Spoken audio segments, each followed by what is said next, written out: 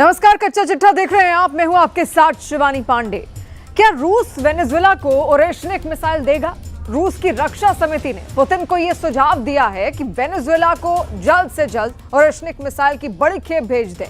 Putin की Oreshnik missile एटमी धमाके जैसा वार करती है। वहीं प्रेसिडेंट ट्रंप ने चेतावनी दी है कि उनके पास इतने एटम बम हैं जिससे धरती को 150 बार तबाह किया जा सकता है। ट्रंप की यह धमकी सिर्फ रूस ही नहीं, चीन के लिए भी है, जिस पर हाइड्रोजन बम से युद्ध भड़काने का आरोप अमेरिका की तरफ से उछाला गया है।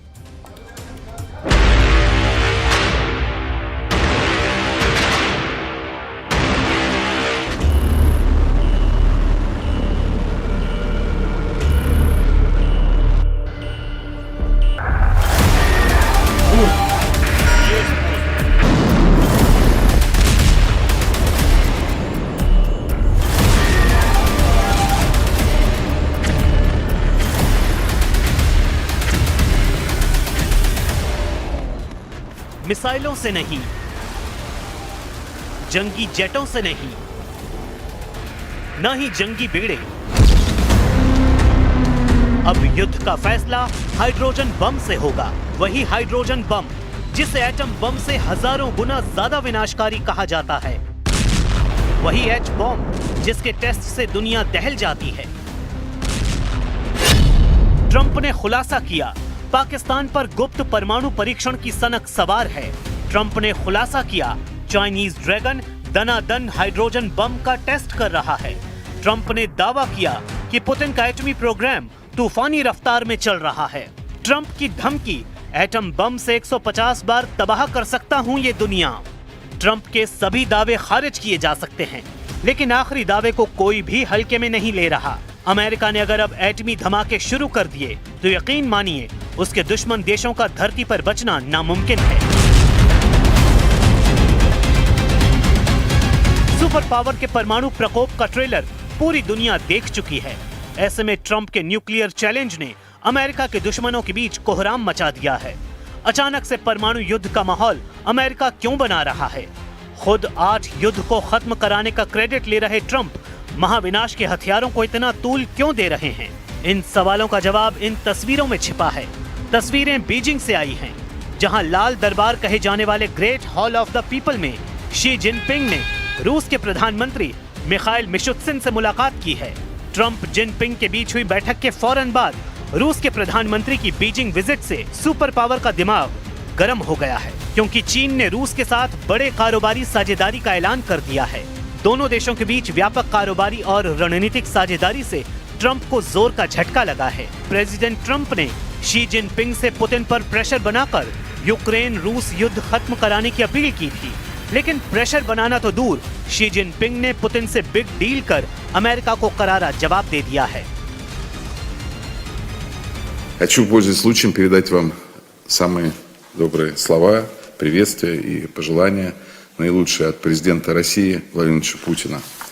По итогам ваших переговоров с российским лидером, которые проходили в мае в Москве, в сентябре в Пекине, также были приняты решения, которые направлены на дальнейшее укрепление всеобъемлющего партнерства и стратегического взаимодействия России и Китая.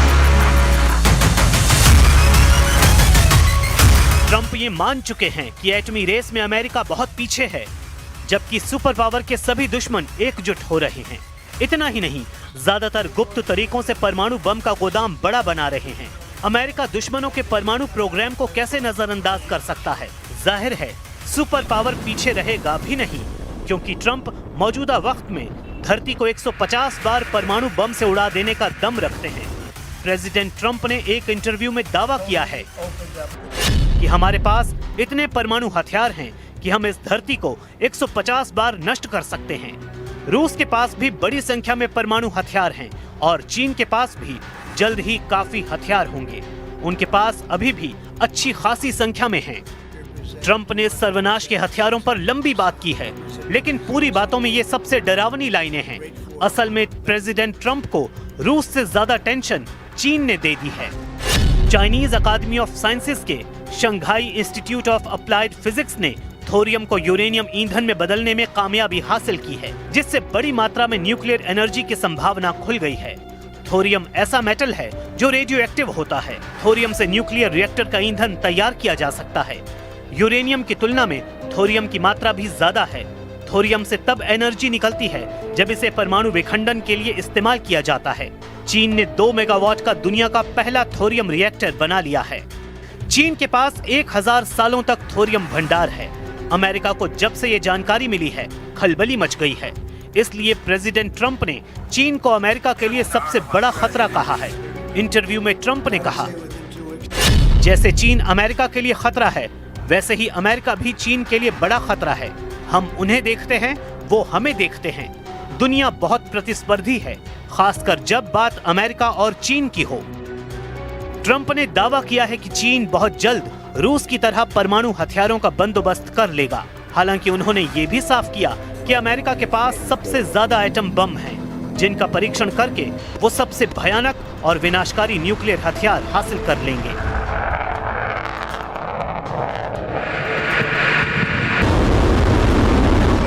Others, they seem to all be nuclear testing. We have more nuclear weapons than anybody. We don't do testing. You know, we've halted it many years ago. But with others doing testing, I think it's appropriate that we do also. America को दुश्मनों के atom bomb से जितना खतरा है, उतना ही उसके दोस्त देशों को तबाही का डर है। अमेरिका पर निशाना साधने से पहले प्रेसिडेंट पुतिन यूरोप को परमाणु हमले से दहलाने की धमकी कई बार दोहराते आ रहे हैं। हाल ही में लगातार परमाणु हथियारों के परीक्षण से उनके अगले कदम का अंदाजा लगाया जा सकता है। अमेरिका को शक है कि पुतिन खुद हमले के बजाय किसी दोस्त देशों से यूरोप पर परमाणु बमों की बौछार करवा सकते हैं। इसके लिए किम जोंग उनका नाम सबसे आगे है। हालांकि अमेरिका के एटमी प्रोग्राम डायरेक्टर हीथर विलियम्स ने साफ किया है कि किम के डर से अमेरिका परमाणु टेस्ट नहीं कर रहा। सुपर पावर के परमाणु परीक्षण की असली वजह चीन और रूस हैं। There isn't a technical reason for the U.S. to return to testing just in response to North Korea, but it is worth noting that both Russia and China have been testing nuclear delivery platforms over the past year. A year ago, China tested an intercontinental ballistic missile over the Pacific, and just in the past month, the Russians have tested a new nuclear-powered, nuclear-capable cruise missile that has incredibly long ranges. And they've also tested an underwater drone that could potentially carry nuclear weapons, according to Putin. ये तय है कि अब America एटमी power बढ़ाएगा। इससे रूस और चीन को भी एक तरह से परमाणु हथियारों को बढ़ाने का लाइसेंस मिल जाएगा। वैसे भी न्यूक्लियर वॉर के आसार तेजी से बन रहे हैं। अमेरिका ने नेटो में अपने राजदूत मैथ्यू व्हिटेकर को कीव भेजकर पुतिन को सख्त मैसेज दिया है। यूक्रेन में मैथ्यू व्हिटेकर और यूक्रेन के रक्षा मंत्री डेनिस शमहॉल ने विंटर वॉर पर बैठक की है। ट्रंप के राजदूत ने अब खुलकर यूक्रेन को नेटो फोर्स की मदद का रास्ता साफ किया है। यही नहीं, यूक्रेन यूरोपीय देशों के साथ मिलकर हथियारों की फैक्ट्रियां बनाने का ऐलान पहले ही कर चुका है। यूक्रेन ने अपने हथियारों की फैक्ट्रियां बर्लिन और कोपेनहेगन में बनाने की जानकारी दी है, जहां बने ड्रोन और तोपखानों के निर्यात से यूक्रेन को अच्छी खासी आर्थिक मदद मिलने वाली है। Відкриваємо 2 експортні столиці. Ви знаєте, що це копродакшн і експорт, про який ми говорили, тієї зброї, яку ми можемо дозволити собі продавати, щоб мати додаткові гроші на наше внутрішнє виробництво дефіцитних речей, на які нам не вистачає грошей. Перші 2 столиці це вирішено на рівні компаній, які будуть в копродакшні, а також на рівні держав. Перші 2 столиці це наших представництва там будуть, це Берлін і Копенгаген. यूक्रेन जितना मजबूत होगा, पुतिन उतने ही आक्रामक होंगे। पुतिन जितने गुस्से में आएंगे, एटम बम पर उतना ही प्रेशर बढ़ेगा। वैसे प्रेसिडेंट पुतिन सीधे अमेरिका से युद्ध की जगह उन्हें फ्रंट पर घेरने की कोशिश में जुटे हैं, जहां सुपर पावर हमले कर रहा है। रूस के रक्षा समिति के उपाध्यक्ष एलेक्सी जुरावलेव ने दावा किया है कि पुतिन ट्रंप के खिलाफ ऑर्शनिक मिसाइल को युद्ध में उतार सकते हैं। पुतिन जिस फ्रंट पर एटमी मिसाइल की तैनाती करेंगे वो वेनेजुएला हो सकता है, जहां अमेरिका के हमले जारी हैं। वेनेजुएला के राष्ट्रपति निकोलस मादुरो ने ऐलान किया है कि वो हर दिन प्रेसिडेंट पुतिन के संपर्क में हैं। मादुरो ने दावा किया है कि पुतिन वेनेजुएला की रक्षा के लिए हर तरह से मदद के लिए तैयार हैं। Hablar y entenderse. un hombre que defienda el derecho internacional, los derechos humanos y esté en contra de crímenes como estos, que amenazan la vida de los pueblos del Caribe, pero amenazan lo más grave, la paz, la estabilidad de nuestra región.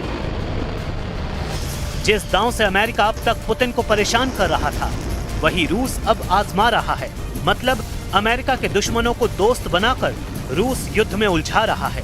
लेकिन ऑर्शनिक जैसी missile को क्या Putin Maduro जैसे कट्टर leader को देने का जोखिम मोल ले सकते हैं? पुतिन की बहुत ही खतरनाक बैलिस्टिक मिसाइल 4000 डिग्री वाला हमला करती है। इसके हमले के बाद ऐसी गर्मी पैदा होती है कि सब कुछ भाप बन जाता है। पुतिन की ऑर्शनिक एक परमाणु मिसाइल है, लेकिन अभी इसे एटम बम से लैस नहीं किया गया है। 21 नवंबर 2024 को यूक्रेन पर जब ये मिसाइल गिरी, तब इसके वॉरहेड कैसे एक के बाद एक निप्रो शहर पर फटे, पुतिन बार बार बता रहे हैं कि अब यूरोप की खैर नहीं। Если нужно будет, мы увидим, что требуется применение более мощного оружия средней дальности, мы, конечно, его используем.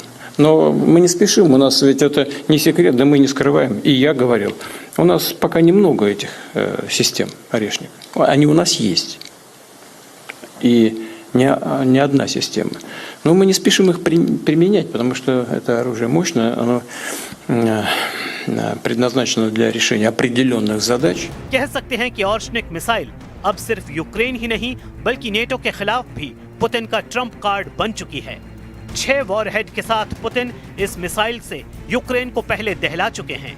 अगर पुतिन ने इस मिसाइल को यूरोप के शहरों पर फायर किया तो क्या होगा? रूस की कापुस्तिन यार्स रेंज से ये मिसाइल फायर की गई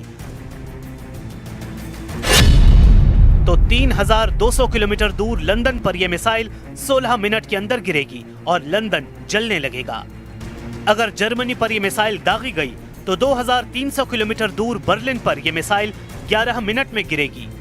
अगर फ्रांस पर यह मिसाइल दागी गई तो 3100 किलोमीटर दूर पेरिस तक पहुंचने में इसे 15 मिनट लगेंगे।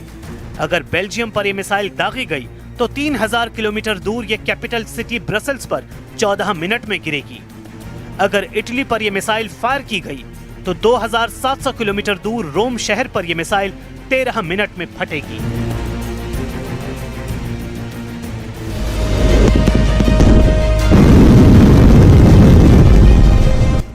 ऑर्शनिक के वॉरहेड की ताकत क्या है ये पुतिन बता चुके हैं। पुतिन जब चाहें यूरोप के किसी भी शहर को अपनी ऑर्शनिक मिसाइल से दहला सकते हैं। ऑर्शनिक एक हाइपरसोनिक मिसाइल है। यह आवाज से 10 गुना रफ्तार से हमला करती है, यानी 12000 किलोमीटर प्रति घंटे से भी ज्यादा। इसकी रेंज 5000 किलोमीटर है, यानी पूरे यूरोप का एक इंच पुतिन कवर करते हैं। यानी तब लंदन से लेकर पेरिस और रोम से लेकर बर्लिन तक सब शहर जलने लगेंगे। पुतिन की मिसाइल 100% की गारंटी देती है। पुतिन दावा कर चुके हैं कि अब रूस में ऑर्शनिक मिसाइल का उत्पादन बहुत तेजी से किया जाएगा, क्योंकि पुतिन जानते हैं कि जितनी मिसाइल नेटो के उतने शहर उनके टारगेट पर आ जाएंगे। Мы начали серийное производство, сейчас произведем должное количество и нужное нам, разместим что-то на территории Беларуси. Мы действуем системно, но мы не исключаем возможности применения и сегодня, и завтра, если будет такая необходимость. अमेरिका का दावा है कि पुतिन की ऑर्शनिक मिसाइल रूस की RS-26 फ्रंटियर मिसाइल की ही नकल है, जो मध्यम दूरी और लंबी दूरी की मिसाइल के बीच वाली रेंज को कवर करती है। एक ICBM यानी इंटर कॉन्टिनेंट बैलिस्टिक मिसाइल की रेंज कम से कम 5500 होनी चाहिए, तभी वो लंबी दूरी वाली ICBM की श्रेणी में आती है। जैसे रूस की RS-28 सरमत और RS-24, ये दोनों मिसाइल 10,000 किलोमीटर की ज्यादा की रेंज रखती हैं। लेकिन अभी नेटो को रोकने के लिए पुतिन ने नई तरकीब निकाली और अपनी ऑर्शनिक मिसाइल को 5000 किलोमीटर की रेंज तक ही रखा है। रूस की एटमी मिसाइलें ही नहीं, हाइड्रोजन बम भी सुपर पावर के भय का कारण है। दूसरी पीढ़ी के एटमी हथियारों का बाप कहे जाने वाले जार बम पुतिन के पास हैं। ये बम कितना विध्वंसक है, ऐसे समझिए। अमेरिका ने दूसरे विश्व युद्ध में जापान के हिरोशिमा पर लिटिल बॉय नाम का एटमी धमाका किया था। लिटिल बॉय की तबाही की ताकत 13 किलो टन TNT आंकी गई थी। वहीं रूस ने जिस जार बम का सिर्फ परीक्षण किया वो 50 मेगाटन TNT की क्षमता वाला हाइड्रोजन बम बताया गया, जिसकी तबाही हिरोशिमा में फटे एटम बम से 3800 गुना ज्यादा होती। रूस का ये परमाणु हथियार फादर ऑफ ऑल बम के नाम से कुख्यात हुआ, जबकि अमेरिका के एटमी हथियारों के नाम फैटमैन, राउंड फिश और हेल्ड जैसे रखे गए।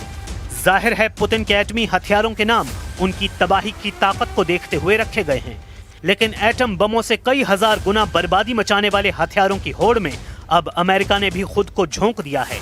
एक बात जग जाहिर है, अगर अमेरिका ने ठान लिया कि वो परमाणु पावर में भी सबसे आगे रहेगा तो उसे रोक पाना किसी के बूते की बात नहीं, क्योंकि आज की तारीख में भी सुपर पावर अमेरिका ही है, जिसके एक इशारे पर मुल्कों की तकदीर तय होती है। इसमें भी शक नहीं कि युद्ध कहीं भी हो रहा हो, किसी के बीच हो रहा हो, नतीजा अमेरिका के रुख से तय होता है।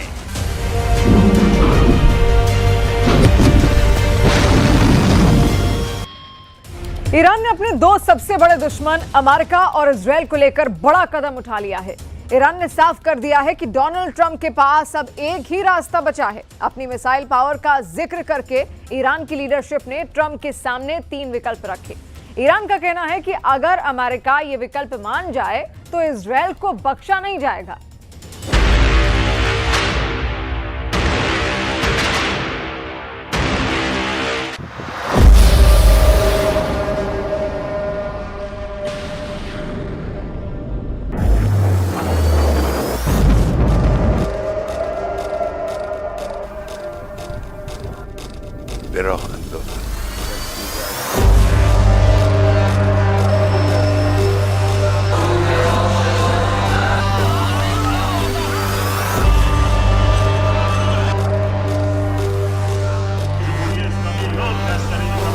तेहरान में तालिकानी स्ट्रीट और यहां पहुंचे हैं हजारों लोग। तालिकानी स्ट्रीट पर 1979 से पहले अमेरिका का दूतावास हुआ करता था, आज भी है, लेकिन बस इमारत बाकी है, क्योंकि 46 साल पहले ईरान का जो गुस्सा अमेरिकी दूतावास पर फूटा था, आज उसी का एक और ट्रेलर तेहरान में दिखाया जा रहा है।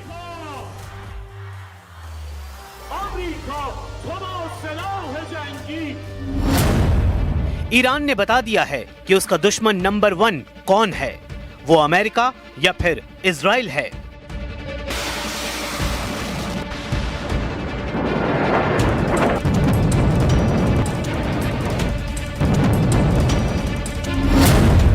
ईरान ने बता दिया है कि वो अपने दुश्मन नंबर 1 और दुश्मन नंबर 2 के साथ फिर से युद्ध के लिए पूरी ताकत के साथ तैयार है।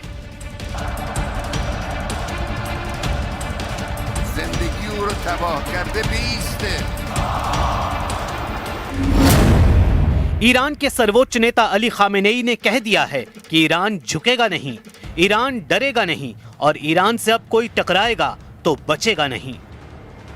ईरान के नए तेवर को समझने के लिए वहां की राजधानी तेहरान चलिए। तेहरान के तालिकानी स्ट्रीट पर जमा हुए लोग देखिए और समझिए कि आखिर ईरान के लोग क्यों अपने दुश्मन नंबर 1 और दुश्मन नंबर 2 के खिलाफ इकट्ठा हुए हैं। इसकी पूरी डिटेल समझने के लिए देखिए कि 46 साल पहले 4 नवंबर 1979 को क्या हुआ था। सब कुछ फ्लैशबैक में है।